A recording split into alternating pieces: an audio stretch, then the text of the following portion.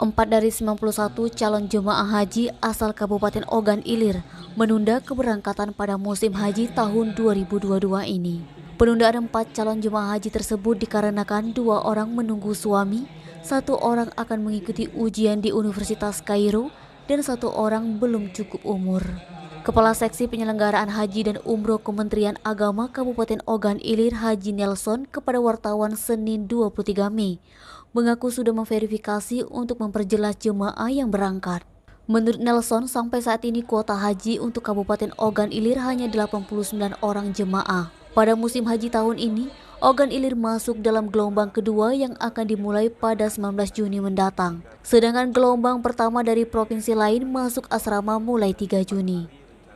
Sembari menunggu jadwal keberangkatan, Kemenak Kabupaten Ogan Ilir menyelenggarakan manasik haji tingkat kabupaten dan juga tingkat kecamatan di Ogan Ilir.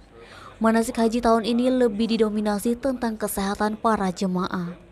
Eti, Sumeko TV melaporkan.